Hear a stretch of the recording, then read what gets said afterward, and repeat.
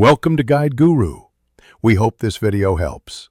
You start by confirming prerequisites: Vscode installed, GitHub account signed in, and the Copilot extension enabled.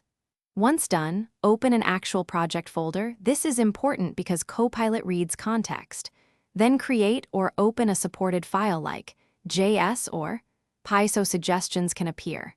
Make sure to accept the extension's permission prompts. You'll see the first inline suggestion. Don't press enter yet. We'll refine how to interact with it next. Once you have an inline suggestion, interact with it. Press Tab to accept small completions, Control+Enter for full-line or multi-line completions, and ESC to dismiss. You should write a descriptive comment or function signature first. Copilot follows your intent, so short prompts produce better code. Make sure inline completions are enabled in settings and increase suggestion count if you want alternatives. You can also open the Copilot pane for multiple choices.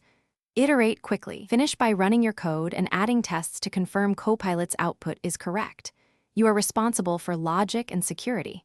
If suggestions disappear, reload the window or sign out and sign back into GitHub, and ensure the extension is up to date. Make sure you haven't hit rate limits or disabled inline completions. If problems persist, toggle the telemetry/privacy setting and restart Vscode. That often resolves permission or quota issues. Commit only after review and validation of generated code.